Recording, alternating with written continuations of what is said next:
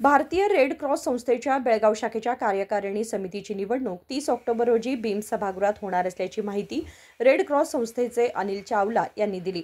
शनिवारी बेळगाव येथे आयोजित पत्रकार परिषदेत ते बोलत होते। मानव सेवा या ध्येयाखाली मानवतेची भावना आणि ऐक्याच्या माध्यमातून सकारात्मक बदल घडवण्यासाठी ही निवडणूक आयोजित केली जात आहे असे त्यांनी सांगितले। या निवडणुकीतून निवडले जाणारे नवे पदाधिकारी जिल्ह्यातील सर्व तालुका आणि गावांमध्ये मानव निर्मित किंवा नैसर्गिक आपत्तीच्या प्रसंगी त्वरित आणि सुसंगत प्रतिसाद देण्यासाठी कार्यरत राहतील असे ते म्हणाले। ಈ ಪ್ರೆಸ್ ಮೀಟ್ ರೆಡ್ ಕ್ರಾಸ್ ಸೊಸೈಟಿಯಿಂದ ಎಕ್ಸಿಕ್ಯೂಟಿವ್ ಕಮಿಟಿ ಚುನಾವಣೆ ಮಾಡಲಿಕ್ಕೆ ಘೋಷಣೆ ಮಾಡಿದ್ದಕ್ಕೆ ಮತ್ತೆ ಈ ಚುನಾವಣೆ 30ನೇ ತಾರೀಖು ಅಕ್ಟೋಬರ್ 2025ಕ್ಕೆ ಆಡಿಟೋರಿಯಂ ಹಾಲ್ ಬೀಮ್ಸ್ ನಲ್ಲಿ ಆಗ್ತಾ ಇದೆ। ಆ ಸಂದರ್ಭದಲ್ಲಿ ನಾವು 10 ಜನ ಟೋಟಲ್ 26 ಜನ ನಾಮಿನೇಷನ್ ತುಂಬಿದ್ದಾರೆ।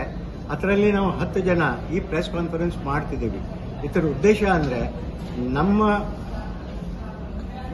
ನಾವು ಎಲ್ಲ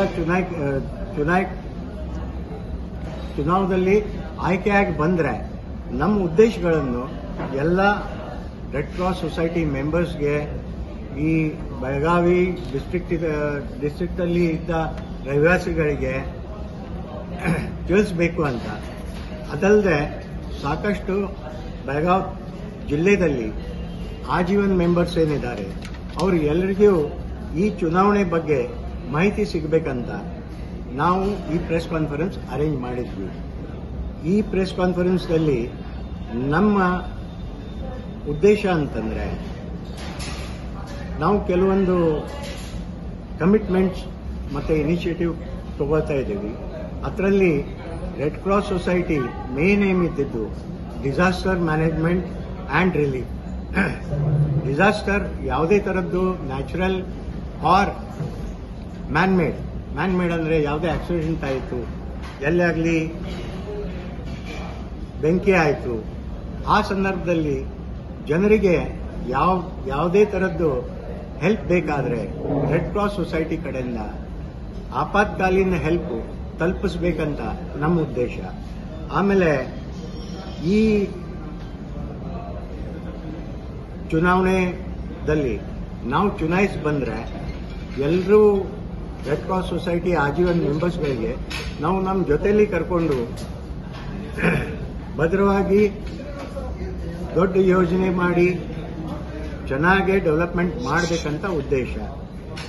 ಫ್ಯಾಮಿಲಿ ವೆಲ್ಫೇರ್ ಆ್ಯಂಡ್ ಹೆಲ್ತ್ ಅಲ್ಲಿ ನಮ್ಮ ಉದ್ದೇಶ ಕನಿಷ್ಠ 25 ಹಳ್ಳಿಯಲ್ಲಿ ಒಂದು family welfare centre under red cross optical ಅಂತ ಸ್ಥಾಪನೆ ಮಾಡಬೇಕು ನಮ್ಮ ಕಾರ್ಯಕಾಲದಲ್ಲಿ ಅಂತ ನಮ್ಮ ಉದ್ದೇಶ। ಮೂರನೇದು ಯೂತ್ ಅಂದ್ರೆ ಈ ನೇಷನ್ನಲ್ಲಿ ಎಲ್ಲದಕ್ಕೆ ಆಕ್ಟಿವ್ ಇರೋ ಯಂಗ್ಸ್ಟರ್ಸ್ನ ನಮ್ಮ ಸಂಸ್ಥೆ ಕಾರ್ಯದಲ್ಲಿ ಶಾಮೀಲ್ ಮಾಡಿಕೊಂಡ್ಬಿಟ್ಟು ಅವ್ರಿಗೂ ಕೂಡ ಸಮಾಜ ಸೇವೆ ಮತ್ತೆ ಹ್ಯುಮ್ಯಾನಿಟೇರಿಯನ್ ಸಪೋರ್ಟ್ ಸಲುವಾಗಿ ರೆಡಿ ಮಾಡಬೇಕು। ಫಸ್ಟ್ ಏಡ್ ಮತ್ತೆ ಇತರ ಕಾರ್ಯಕ್ರಮದಲ್ಲಿ ಅವ್ರನ್ನ ಇನ್ವಾಲ್ವ್ ಮಾಡಿ ಹಳ್ಳಿತನೂ ನಮ್ಮ ರೆಡ್ ಕ್ರಾಸ್ ಸೊಸೈಟಿ ಸಂಸ್ಥೆ ಕೆಲಸವನ್ನು ತಲುಪಿಸಬೇಕು ಅಂತ ನಮ್ಮ ಉದ್ದೇಶ। ಮ್ಯಾಕ್ಸಿಮಮ್ ಆಪತ್ಕಾಲದಲ್ಲಿ ರಕ್ತದ್ದು ಏನ್ ಕಮತರತೆ ಬೀಳುತ್ತೆ ಅಲ್ಲಿ ಹೆಚ್ಚಾನೆಚ್ಚು ಬ್ಲಡ್ ಡೊನೇಷನ್ ಕಲೆಕ್ಷನ್ ಮಾಡಿ need of the blood to the society suffice ಮಾಡಲಿಕ್ಕೆ ब्लड डोनेशन कॅम्प्सಗಳು अरेंज ಮಾಡೋದು ನಮ್ಮದು ಉದ್ದೇಶ। विनायक गोटखंडी यांनी सांगितले की रेड क्रॉस संस्थेची नवी समिती स्थापन झाल्यानंतर आपल्या कार्यकाळात 25 रेड क्रॉस ऑप्टिकल परिवार कल्याण केंद्रे स्थापन करण्याचे उद्दिष्ट आहे।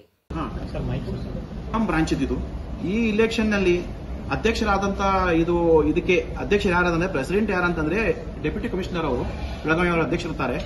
ಆಮೇಲೆ ವೈಸ್ ಪ್ರೆಸಿಡೆಂಟ್ ಇದಕ್ಕೆ ನಮ್ಮ ಜೆಡ್ಪಿ ಅವರು ಅಂದ್ರೆ ಚೀಫ್ ಎಕ್ಸಿಕ್ಯೂಟಿವ್ ಆಫೀಸರ್ ಆಗಿ ಅವರು ವೈಸ್ ಪ್ರೆಸಿಡೆಂಟ್ ಇರ್ತಾರೆ।